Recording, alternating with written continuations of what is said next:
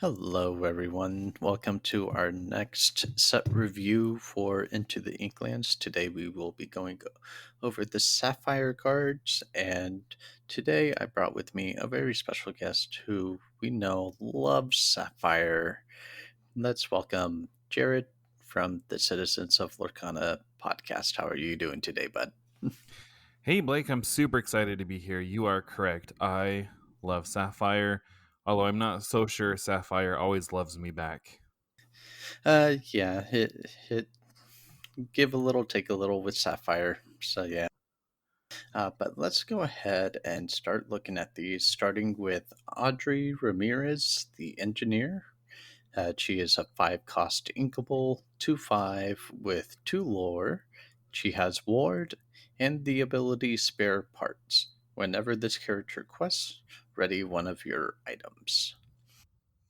So, definitely a constructed card uh, where she wants to work with items. But as of right now, the only real item I see really getting any traction with her is maybe the Lucky Dime or the Eye of Fates. Yeah, no, I totally agree. This card is meant to be played with items, obviously. Lucky Dime is the number one choice. I also could see this seeing use with if you're playing a Grammatala deck. If you're playing with like the Heart of Tafiti, she could Oh, ready this up yeah, so you could ink another card with her too. definitely. I don't know if items will really take off this set, but when items do, I do expect Audrey to be right there in whatever deck that is. So I think she's going to be pretty solid for when items take off. Yeah, when items take off, Sapphire is going to be pretty good. Yeah, they will. Okay, so the next card we have is a 3 cost, 1 strength, 5 willpower, Captain Amelia. First in command. She is a common, she has 1 lore, and her ability says discipline. During your turn, this character gains evasive. And I just gotta say, I mean, love the card art on here, but this card really needed at least 2 or 3 strength. That 1 willpower just doesn't do a whole lot. And I know there's a lot of cards we're going to talk about coming up that offer support, but if that's the case, a lot of them cost 3, just like Captain Amelia. So you're having to make a decision on which one to play first. Yeah, the stat line is kind of confusing because most of these evasive on your turn cards that we've seen so far have had the higher strength versus the higher willpower. But yeah, at the very least, she's a nice, solid body for a draft pick. 5 willpower is sticks to the board pretty well in those games, so at least she's very solid for draft. Yeah. Yeah, I'd agree with that. All right. Speaking of support, let's go to our first one here with Dewey, Showy Nephew. He's a 3 cost inkable, 2/3 with 2 lore, and he has support. Solid little card. I would have hoped he would be a 3/3 or something to give a little more oomph for support. But questing for 2 lore is solid. And he definitely goes into this nephew's package that we'll go over once we hit the rest of them. Yeah, for sure. In a recent interview that Ryan Miller did over in France, he talked about how they didn't necessarily design Lorcana to be innovative, but they really wanted it to be thematic. And like you talked about, when we talk about the other nephews, it's definitely very thematic with all the nephews supporting each other.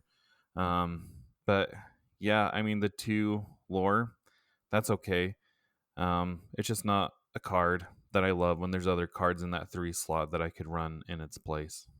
Yeah, 3 cost is a very tough spot to occupy because that's where cards really start getting good and on curve. And if it's not feeling great on curve, then kind of tough to slot it into the 3 cost slot. Yeah. Okay, so staying on the DuckTales theme, our next one is Flintheart Glomgold, Lore Cheater. He's a 4 cost, inkable, 3 strength, 4 willpower. He also has 2 lore. And his ability says they'll never see it coming. During your turn, this character gains evasive. That's another theme with these DuckTales characters. A lot of them have evasive or support. But I don't know, pretty solid card. I like the 2 lore, but I'm not going to say that I'm going to sit here and put it in every Sapphire deck either.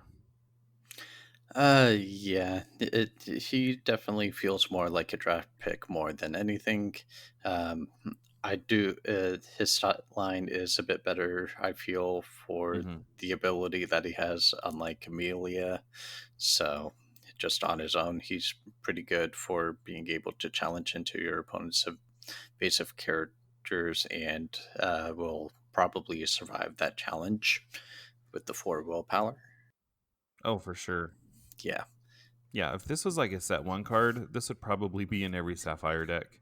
Oh yeah. If this was set one, he would have been he would have been slammed right in there. Right. So let's move along then to probably one of my favorite arts of this set is Genie cramped in the lamp. 2 cost inkable 2/2 with 2 lore. This is Baby Aurora from set one, but with the new skin. But I love that art. Yeah, I do too. It definitely evokes the moment from the movie where he comes out of the bottle, but just even the way it makes him look like he's cramped within the space of the card art, like it looks like he's struggling to find space to fit in there. That's a really neat art. And we do have a genie that he can be shifted on to from Emerald and Set One, so Oh yeah. kind of fits in that kind of color combo. We'll see if we get something like that eventually. I forgot all about that genie. But yeah, if you're wanting to play actions, Yeah, yeah, he hasn't seen much play, but maybe there will be something coming that puts this guy into the light. yeah. Now this next card, I love this card. This is one of the great cards from Sapphire. It's Grammatala, not the big one. This is the common card one, but I love the next one we're going to talk about too. This one is a 4 cost inkable, 3 strength, 3 willpower.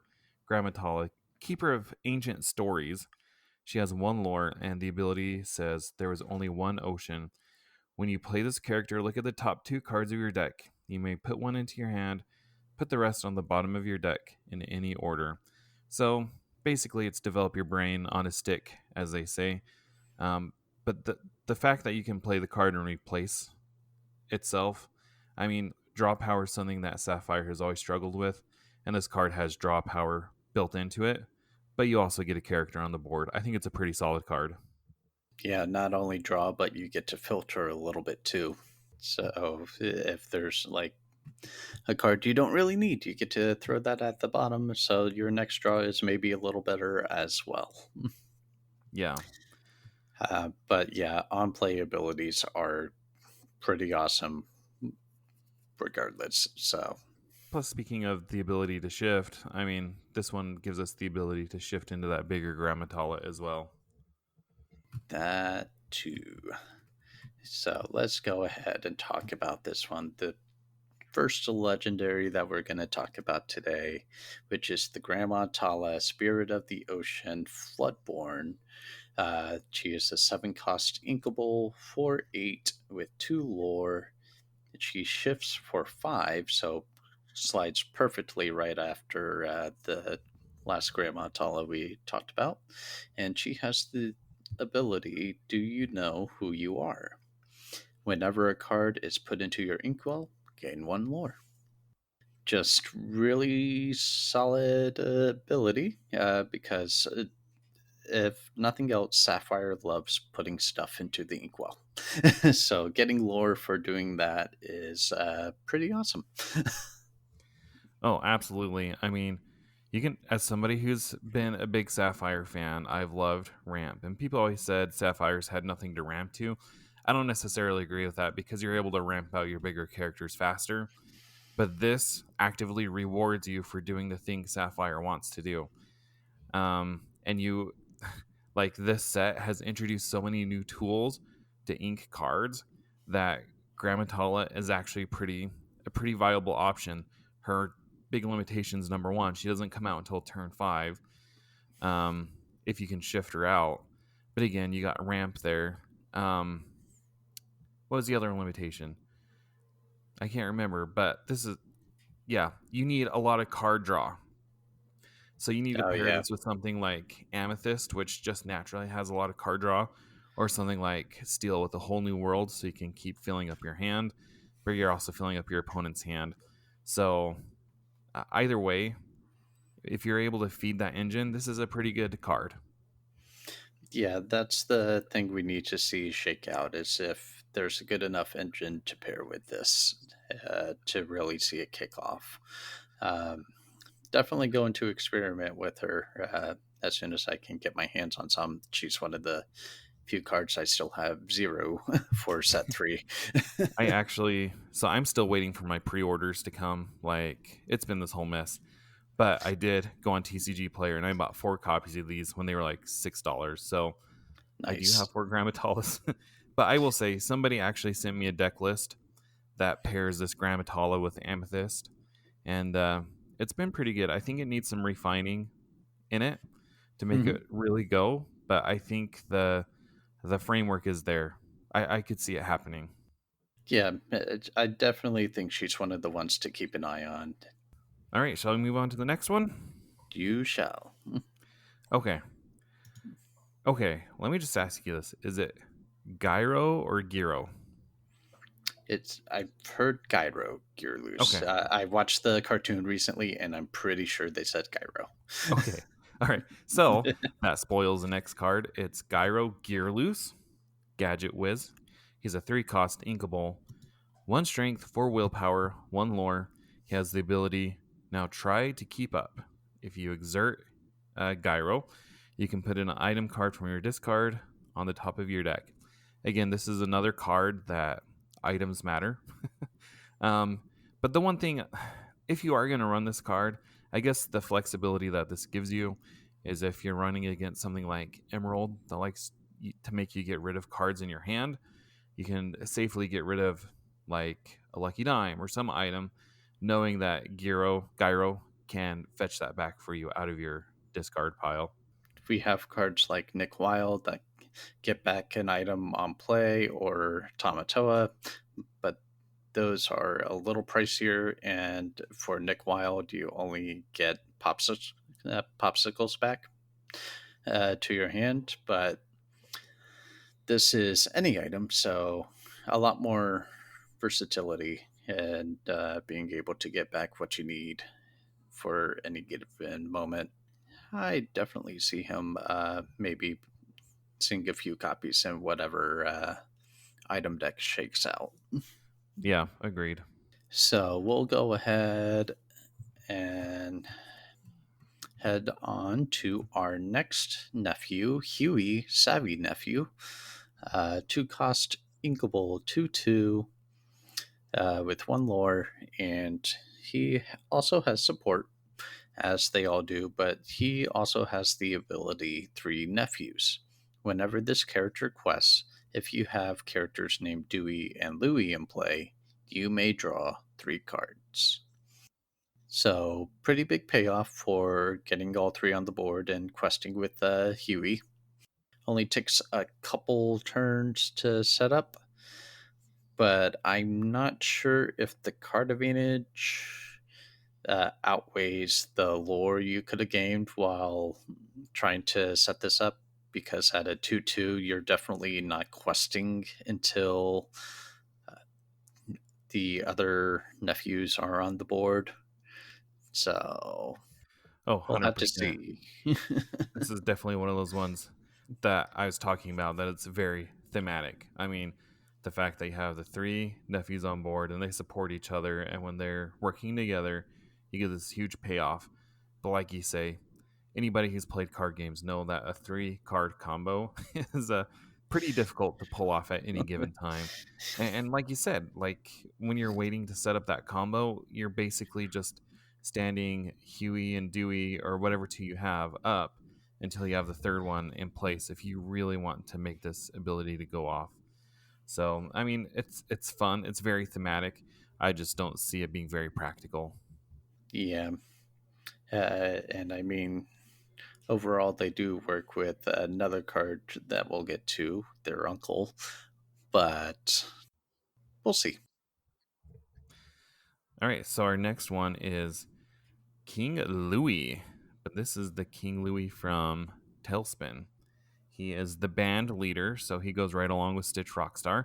He's a 7 cost inkable, 7 strength, 7 willpower, and he has 3 lore. So pretty big body, lots of lore. That's kind of Sapphire's thing. Yep. What you want to ramp to in draft if you can get to 7 ink.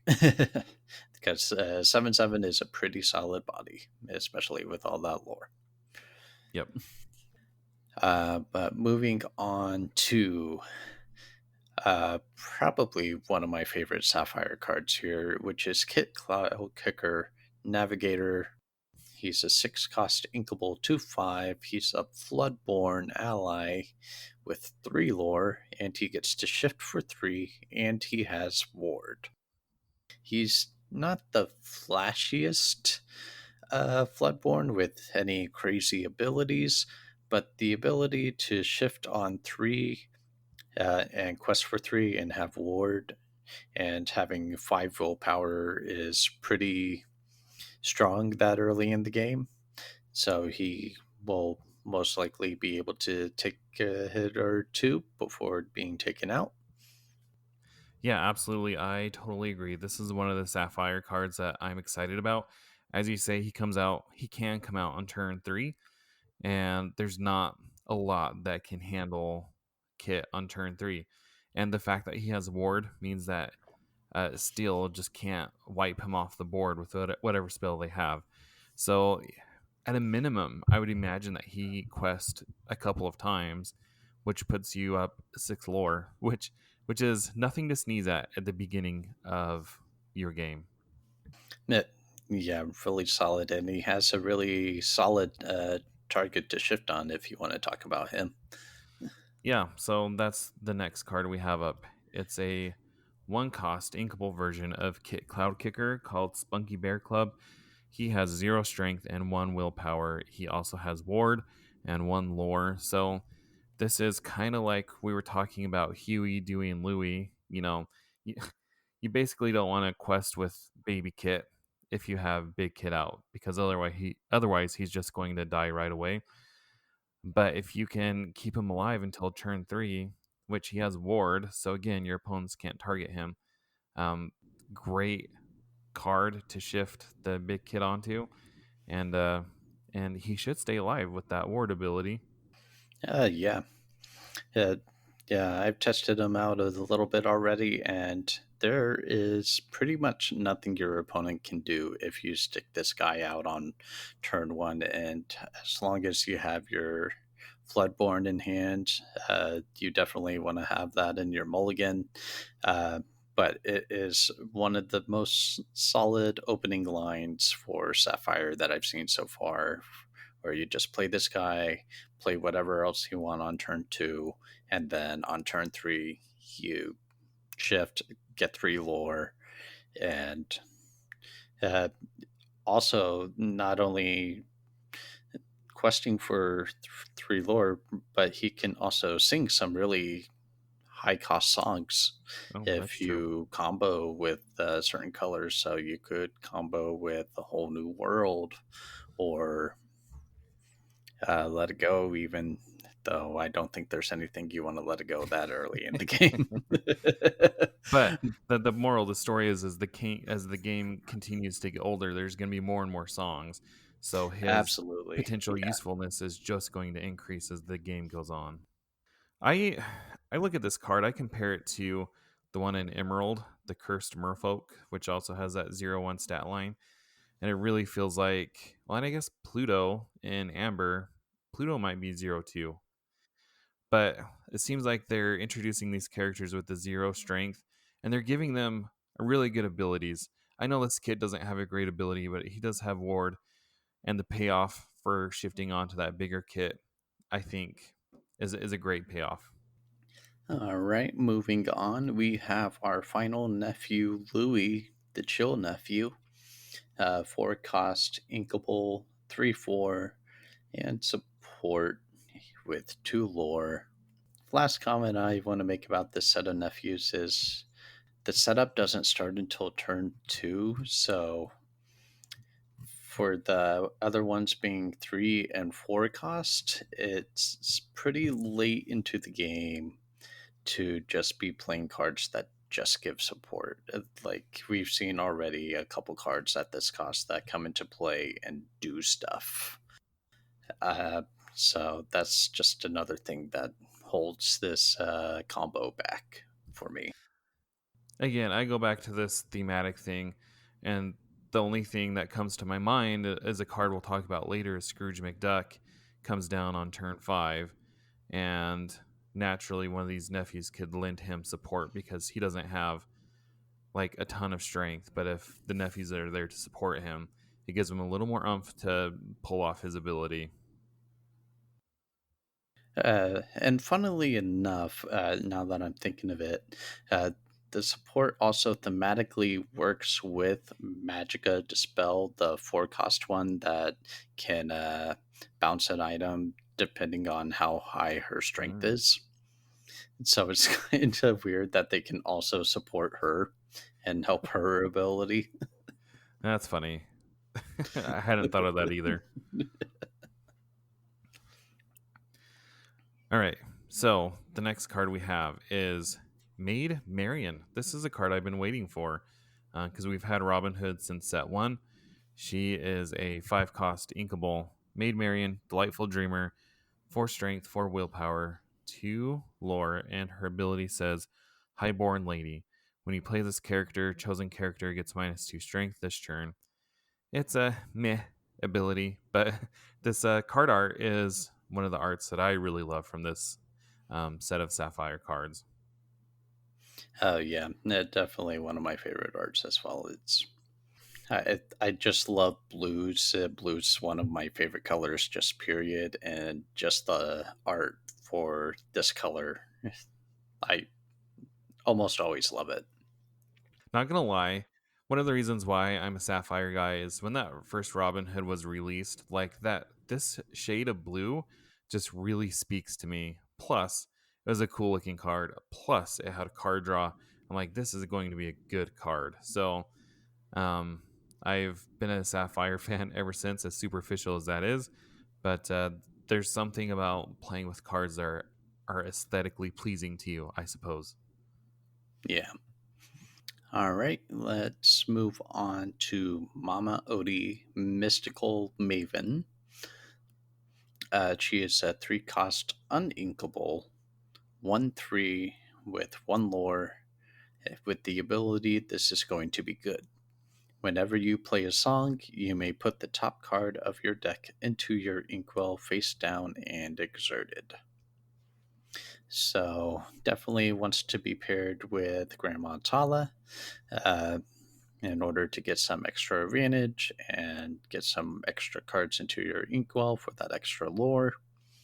The only thing is, with being uninkable, and just the nature of her having to need a song to play when she's on the board does make her kind of tough to pull off.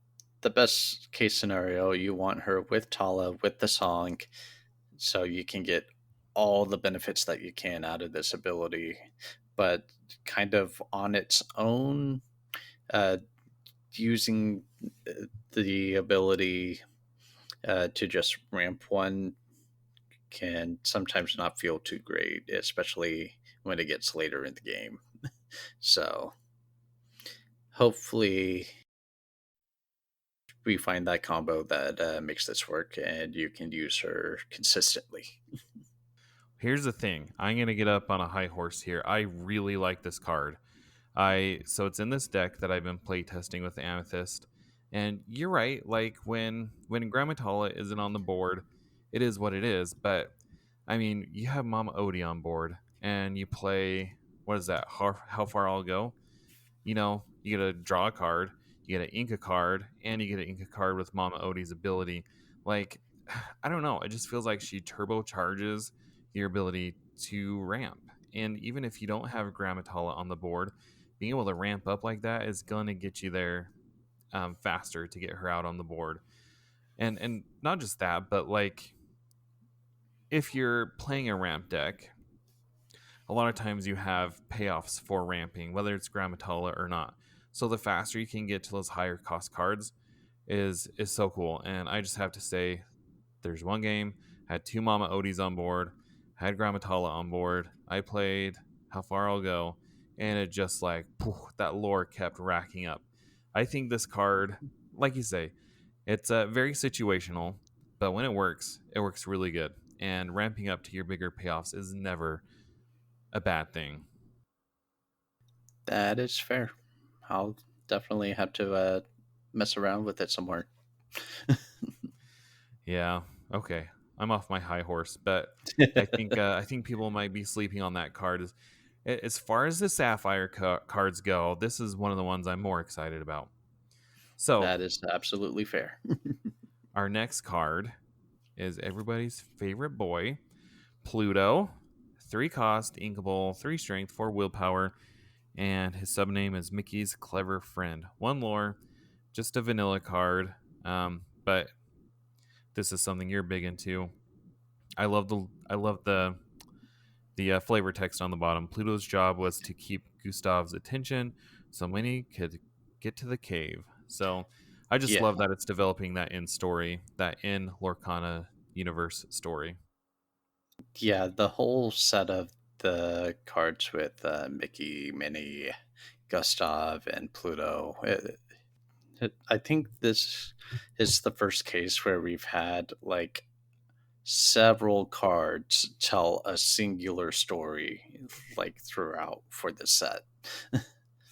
Yeah, I think you're right.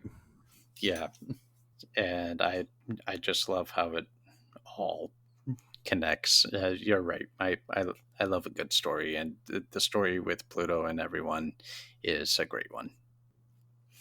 All right, moving on. Next up is Rufus Orphanage Cat. He's a 5 cost inkable, 4/5 with 1 lore, too old to be chasing mice. When this character is banished, you may put this card into your inkwell face down and exerted. I will say, along with James from last set, Hmm. I did not see the purpose of these high cost cards giving you ramp because usually at this cost you're about where you want to be for your ink. But now with Mama Odie, these guys totally make sense putting into your deck. So not only do you have your actions and songs putting extra cards into your deck, but you also have characters. So when you need to challenge stuff on the board, you have ways to get lore off of that as well. I totally agree with what you're saying, but at the end of the day, the 5 cost slot in so many decks is like a pivotal spot. And you have Let It Go. You have so many you could shift the big Grammatala. At the end of the day, I don't see Rufus really finding a slot in that many decks. Yeah, very much specifically I think he wants to go with Grand Montala, if anything. I will say over James from last set, at the very least, he is inkable as well. So, Yeah, yeah, agreed. yeah, he. So I feel like he's a little easier to slip in than say James. Yeah. The next card we have up is the man himself, Scrooge McDuck, richest duck in the world. He's a 5 cost, uninkable, 3 strength, 5 willpower, 1 lore. He has 2 abilities, the first of which says, I'm going home. During your turn, this character gains evasive. Okay, and then the second ability is, I didn't get rich by being stupid. During your turn, whenever this character banishes another character in a challenge, you may play an item for free. So, I mean, number one, Scrooge obviously wants to challenge and banish an opposing character. So the fact that he gains evasive on his turn means that he can pretty much challenge anybody. But it's that second ability that really makes him stand out, specifically for the Lucky Dime. I mean, Scrooge was obviously built to be paired with his Lucky Dime, which is a card we'll talk about when we get there, but it's a pretty strong ability card. And Scrooge has the perfect setup to get it on the board a little bit earlier. Yeah, and like we said, thematic with his nephews giving him support, so he gets all that extra attack when he swings into something. So if even if your even if your opponent has something really big on the board, uh, all that support can get him to attack well above his pay grade, uh, Yeah. which is pretty high for the richest duck in the world. That's true. So I really I see this card seeing play, but I think it's going to take some time to figure out the perfect deck to fit him into. Yeah, yeah, and definitely very interested to see if we're going to get any more of these high cost items like the dime with some really cool payoffs that you could combo with. I am shocked. I am shocked that we did not get a trident in this set because it's so heavily featured in a lot of the marketing and it was alluded to. So I'm convinced that set 4 has to have the trident in it, and I'm pretty sure that that will be a powerful item. We gotta get that trident. You're right. They keep talking about it so much. Uh, so we'll see if we can get that trident back from Magica at some point. That's right. All right. But we do also have another Scrooge McDuck, Uncle Moneybags. He's a 2 cost inkable 1 3 uh, with 1 lore and the ability Treasure Finder. Whenever this character quests, you may pay 1 ink less for the next item you play this turn. So, a slightly cheaper Bell Inventor uh, that comes in a little sooner.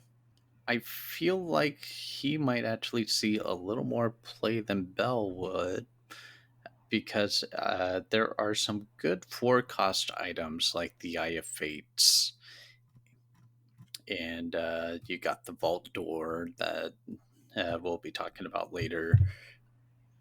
Uh, so that's a nice spot for the item deck. So I think when we see that item deck, I think this Scrooge McDuck will be in there as well. Yeah, I agree with that. Bell Inventor is great because she has 2 lore, but coming out on turn 3 and not having that enter to play effect just makes her a little clunky. This Scrooge should live because he has 3 willpower. He should live to be able to use him at least once. So I agree. Yeah. So our next card, and I love this card. This card art is so cool. It's the Queen Mirror Seeker. She has 4 strength. Sorry, she is a 4 cost inkable card, 2 strength, 5 willpower. She has 1 lore, and her ability says calculating in vain. Whenever this character requests, you may look at the top 3 cards of your deck and put them back in any order. And I actually really like this ability. I mean, being able to see the top 3 cards of your deck and rearranging them so you can get what you need to on your next turn. It's an ability you talked about earlier. It's like filtering. I think that's a strong effect.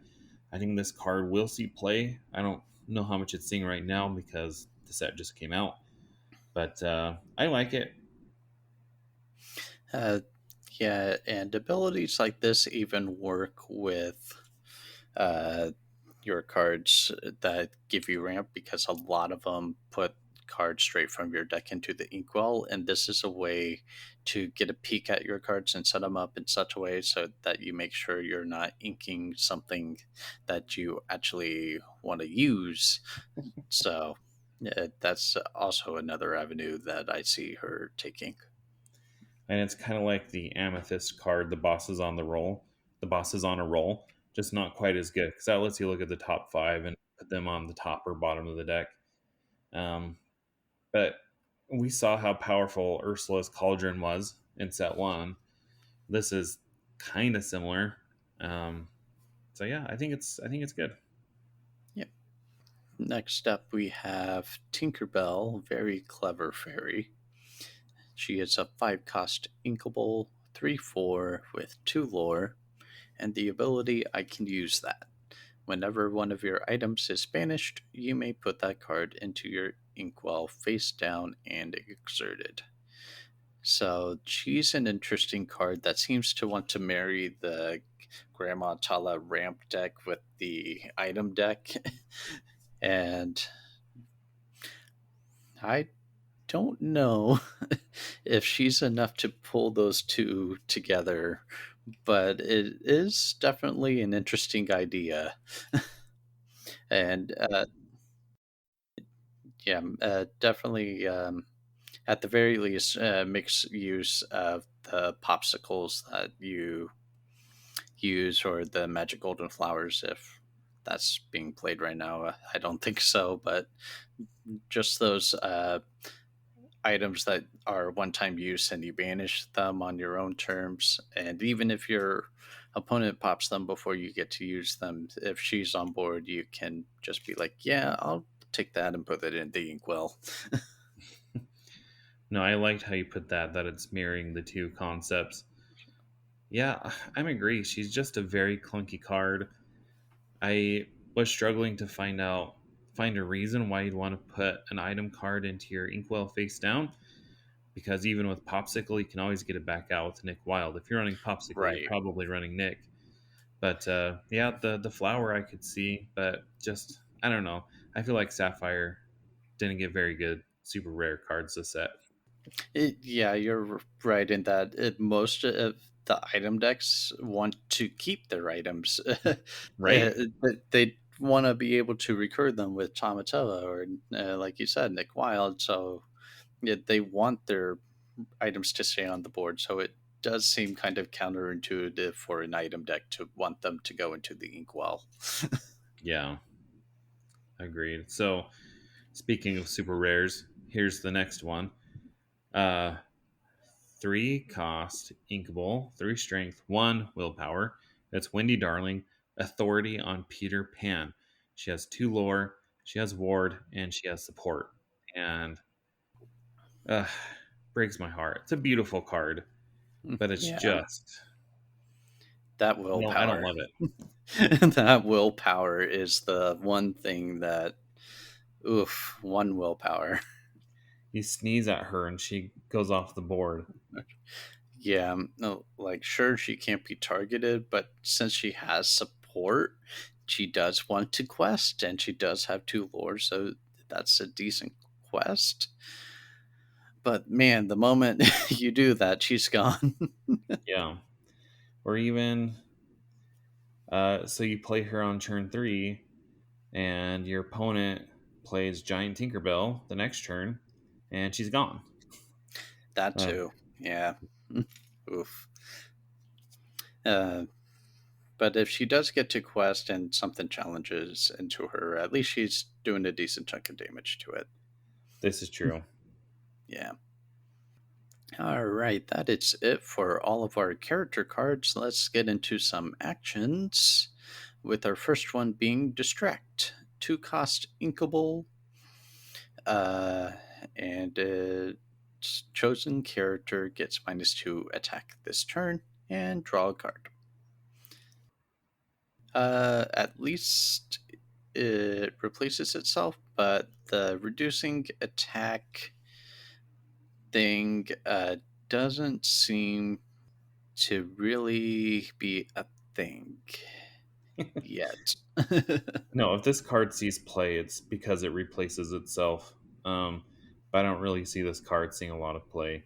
I will say I love the fact that they have Gustav and Lorcana because it's such an obscure character, or he is. Yeah, he is a big deep cut. Exactly. But this card, I just have a hard time. Maybe in draft if you want a card for card draw, Yeah, but definitely otherwise, okay for a draft for some card draw. And I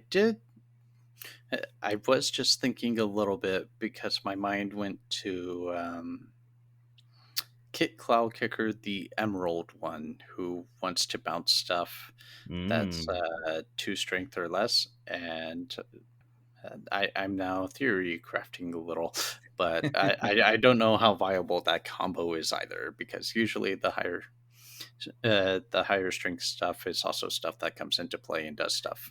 So, right, right. yeah, It was a thought though. it was a thought.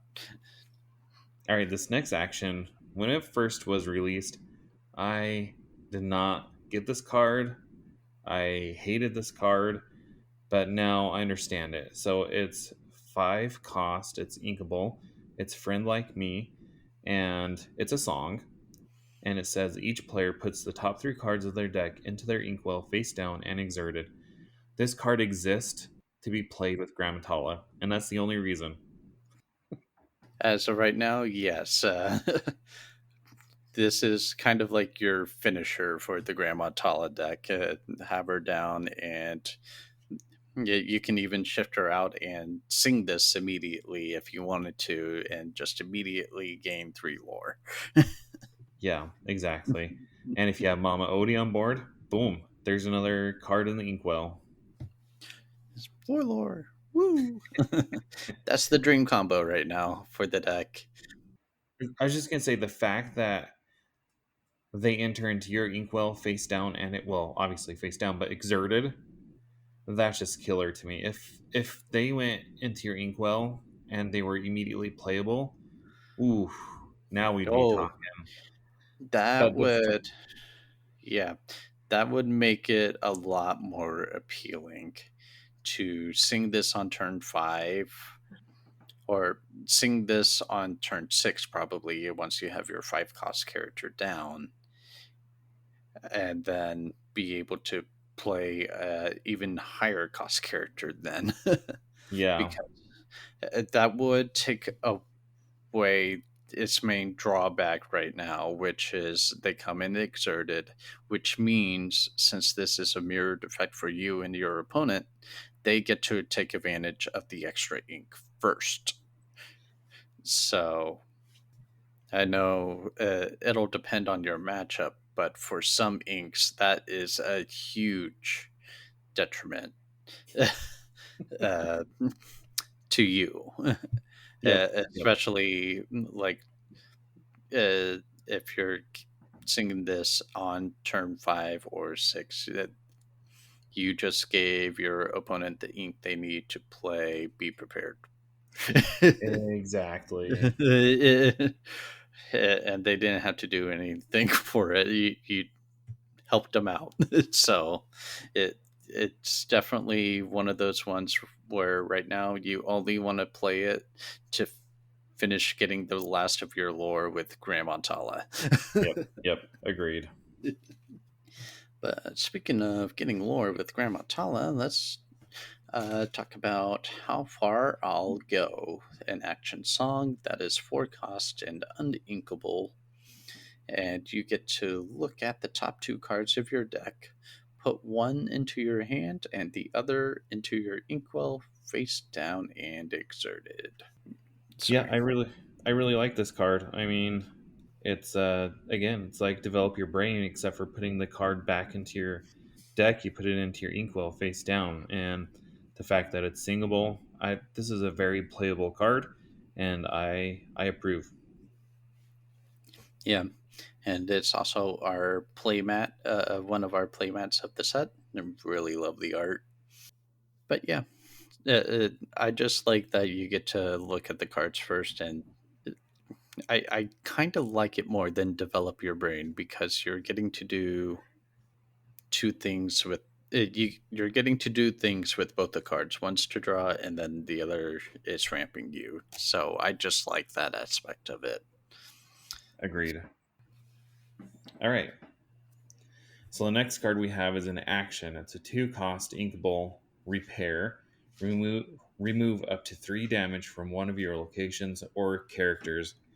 And again, I don't know how much this is going to see play because a lot of times, if people are going to attack your locations, they typically wait until they have enough strength to take down that location. But maybe. Yeah. Yeah.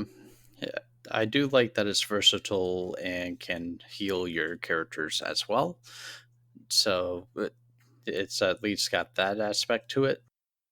But yeah, you are right in that when stuff is getting hurt, it is mostly getting taken out in that same breath. So Yeah, but not every card can be great.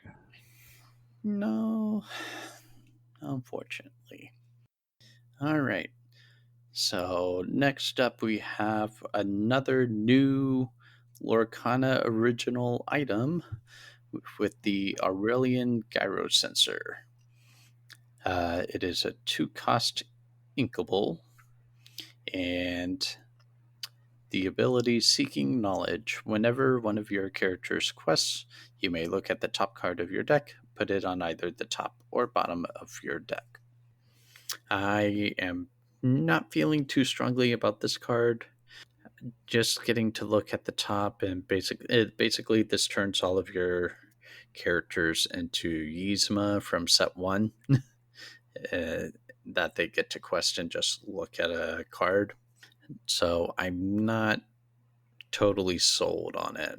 Maybe just gets stuck in an item deck just because it's an item and you get to look a little bit at your deck. But other than that, I don't see much play for this item. Well, devil's advocate here.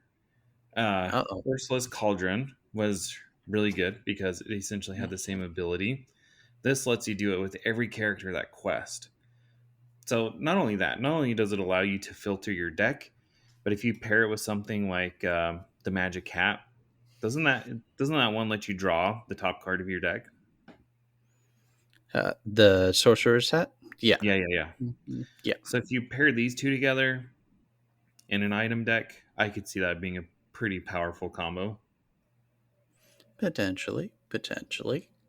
I don't love it, but I don't hate it. The other thing is it's interesting that, again, going down to the flavor text, it's from Venturo, and Illumineer. Oh, yeah. We're actually getting lines from our Illumineers that we've been seeing in the story trailers. So just love the flavor on that. And that is Venturo's hand holding it. So Right. All probably right. the closest we'll get to Illumineer card. I'm okay with that, honestly. If I had the choice between a Disney character over an Illumineer, I'll take the Disney character every day. I'm on the Um, same page there. so the next card is also an item. It's a 3-cost inkable Heart of Tefiti. Create Life is the name of the ability. Exert it, pay to ink, put the top card of your deck into your inkwell face down and exerted. So, again, another item designed to go with Grammatala. Yep.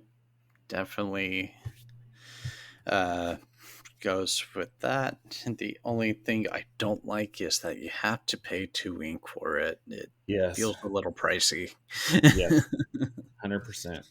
And I Yeah, guess the theory is where you're playing Sapphire and you're throwing down cards like Friend Like Me, you have the ink to pay. But yeah, that I agree. yeah, that's fair.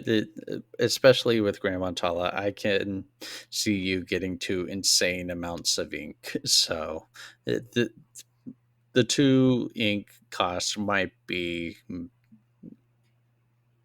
what's the word I'm looking for? Negligible. Yeah. But going on to cost here, we have our first ever legendary item with the Lucky Dime, which is a 7-cost uninkable. And the ability number 1, you exert it and pay 2 ink, and then you choose a character of yours and gain lore equal to their lore. And we have had confirmation on what abilities this does and does not work with. Like some people were trying to combo Magicka Dispel, where she exerts and gains the lore from the cost of the item, and they were trying to see if the lucky dime would double up on itself. But it does not work that way because she does not get that lore from her. She does not like gain lore pips like Tamatoa does with her ability. But it does work with cards like Tamatoa. Uh, it works with cards like Bell that gain the lore from their abilities. Right. Let me just ask you, Blake. Did you ever imagine that the first legendary item would be the Lucky Dime? I knew it was coming because we got that story bit from the second set where they were looking at Ventura was looking at the lucky dime. Um, but no, I did not expect it to be legendary. That's pretty wild. I will say, when I was at my draft event, I played against somebody who had, what is it, the Sorcerer's Tower that gives you +1 lore for, the character in there. Yeah. And so he had Scrooge, used Scrooge to get out Lucky Dime, and then he had a villain in the Sorcerer's Tower, had the Queen of Hearts that gives villains +1. Oh my Hmm. gosh. He Oh man. got so much lore so fast between the questing and then the Lucky Dime. It was hats off to him. That was impressive. And that happened in a draft? That Wow. happened in a draft. I know. Yeah, I think this card will see play, but again, it's another one I think it's going to take time to figure out the right setup for it. Yeah. All right, so next item we have Scrooge's Top Hat. It's a 2-cost uninkable item, and its ability says Business Expertise. Exert, you pay 1 less ink for the next item you play this turn. So it's basically a lantern for items. I don't know. I don't know how I feel about this. Yeah. The fact that we have an inkable character with Scrooge McDuck, who's also two cost and does pretty much the same thing, only difference is you have to wait a turn. I think I would go with McDuck. Yep. It- um, with it being uninkable, it hurts it a lot, I think. Yeah, I agree.